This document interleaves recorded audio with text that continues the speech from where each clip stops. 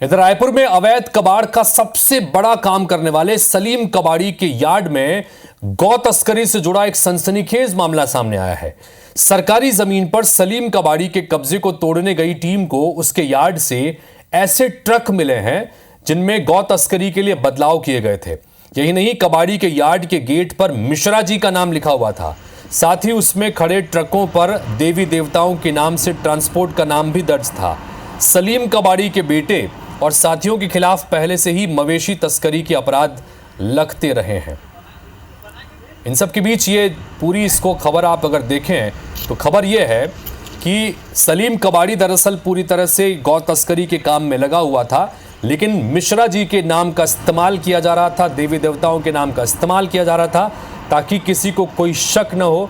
और इन ट्रकों के जरिए जहां मवेशियों की तस्करी होती थी, इसमें अपने हिसाब से मॉडिफिकेशन भी इन गाड़ियों में कराया गया था ताकि मवेशियों की तस्करी यहां पर हो सके। रिपोर्ट देखिएगा। कब्जा करके यार्ड बनाकर वहां पर अवैध गतिविधि संचालित करने वाले सलीम नाम के व्यक्ति जो कि चारागाह की जमीन को कब्जा कर लिया था, प्रशासन की टीम, पुलिस की टीम संयुक्त रूप से पहुंची, उसमें उसको हटाने की कार्रवाई किया है।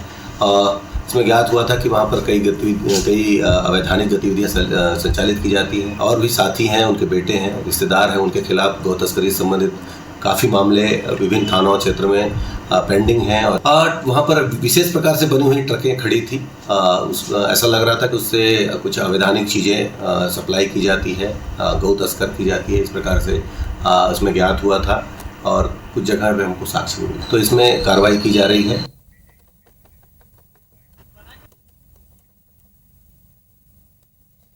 महाराष्ट्र बॉर्डर से लेकर के दुर्ग, भिलाई, रायपुर तक, इधर उड़ीसा जाते तक मरी हुई गाय को भी तस्करी की जा रही है।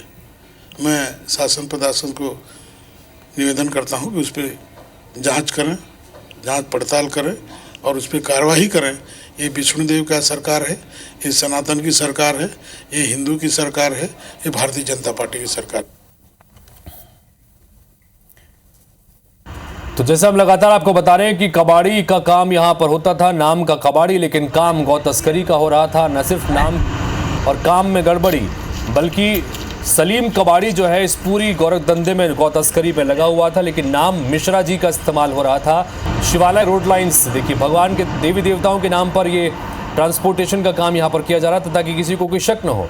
रायपुर पुलिस की कार्रवाई में ये बड़ा खुलासा हुआ है। सलीम कबाड़ी के यार्ड से बड़े सबूत मिले हैं कि बड़े पैमाने पर यहाँ पर गौ तस्करी होती है। रायपुर के सिलतरा इलाके में ये वार्ड है, ये यार्ड बना हुआ है। यार्ड में गौ तस्करी के लिए बाकायदा ट्रक जो हैं वो बने हुए हैं। ट्रकों में मॉडिफिकेशन करके उन्हें इस तरह से तैयार किया गया है कि यहाँ से आसानी से गौ तस्करी की सके। कबाड़ के धंधे की आड़ में यहाँ पर गौ तस्करी की जा रही थी।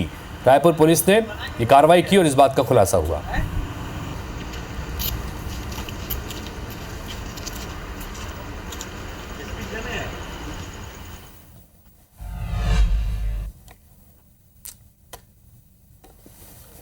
कबाड़ और गाड़ी के व्यापार में गौ तस्करी का काम करने वाले एक बड़े सिंडिकेट का रायपुर पुलिस ने खुलासा किया है। आपको बता दें, सिलतरा में सलीम कबाड़ी के नाम का एक व्यक्ति है जो कबाड़ का कहने को तो काम करता था, मगर सरकारी ज़मीन पर उसने कब्जा करके रखा था और अंदर उसने जो ट्रकें खड़े कर रखी थी, उसकी जांच में खुलासा हुआ है कि इसे गौ तस्करी के लिए इस्तेमाल किया जाता था। कि पुलिस को पूरा का पूरा आशंका है और गंभीर आरोप सलीम कबाड़ी के ऊपर लगे हैं। ट्रक आप देखेंगे, इसी ट्रक को वहाँ से बरामद किया गया और सबसे बड़ी बात, वो 1 से 1.5 एकड़ जिस ज़मीन पर ये यार्ड चल रहा था, वो यार्ड सरकारी ज़मीन पर था।